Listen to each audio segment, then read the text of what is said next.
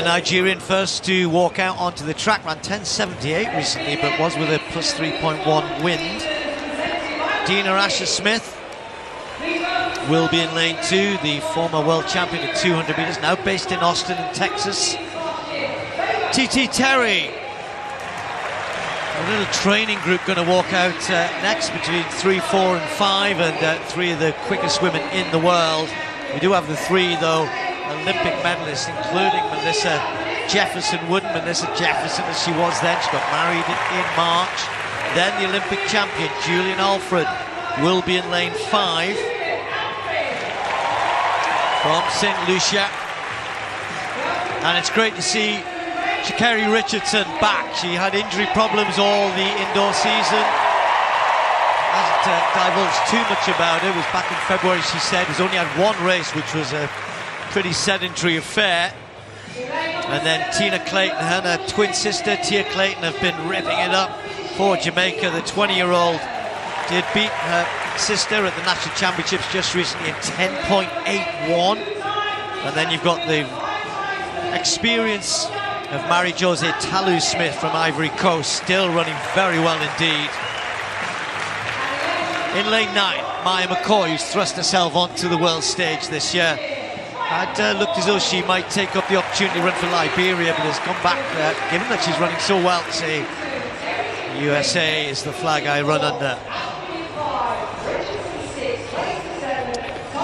So TT Terry, Jefferson-Wooden, Richardson, friends, training partners. In fact, TT Terry was bridesmaid at Jefferson-Wooden's wedding earlier on this year. But in those middle lanes, 3, 4, 5 and 6, you throw in Tina Clayton as well.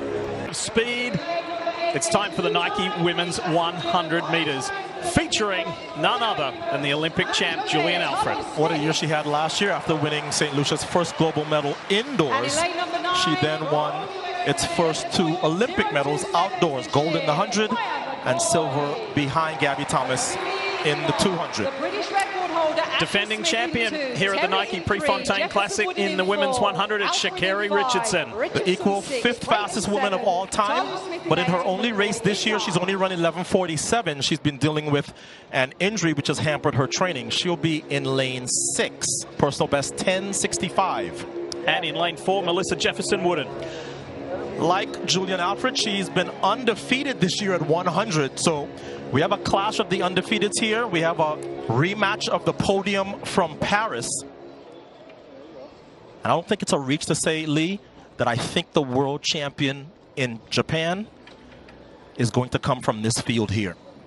TT Terry starts in lane 3. Talu-Smith out in 8. Tina Clayton in there as well. Sha'Carri says, I just want a good, healthy race to lead me into nationals and worlds. We'll see how that goes. What kind of a start did Sha'Carri get? She's got work to do. Julian Alfred out nicely on the inside of her, Melissa Jefferson-Wooden, and it's going to be Wooden. Yes, it is. Jefferson-Wooden on the inside outdoes the Olympic champ.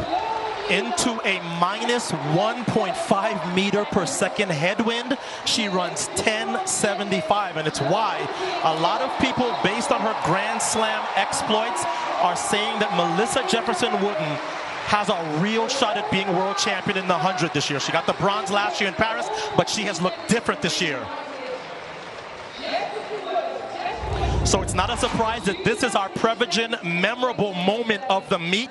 What a great performance to defeat the Olympic champion and previously undefeated Julian Alfred.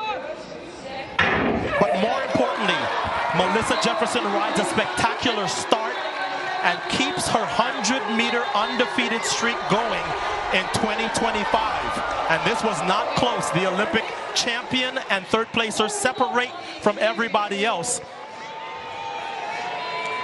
And Sha'Carri Richardson, 9th and last, 11.19. Note him into a headwind. Minus 1.5, 10.75. What would it have been if we'd turned that wind around? Brilliant start from Jefferson-Wooden there. 4 from top. And then Alfred came back, and Alfred, I thought, was easing past her mid-race. You don't often see a comeback like that through the second half from the early leader, but she found new speed in the second half, Jefferson-Wooden. She dug so deep to take that win, Steve. I really thought after 60 metres, Alfred in the yellow, so powerful, accelerated between 20 and 50. I thought she'd got it. She went past Jefferson Wooden. She led at about halfway. Jefferson Wooden came back at her, and that is so rare in a 100. Yeah, a bit unlucky there, aren't we? Like you said, I was watching that replay halfway down the home straight. The clock's at -1.5, yet the flags don't look like it's going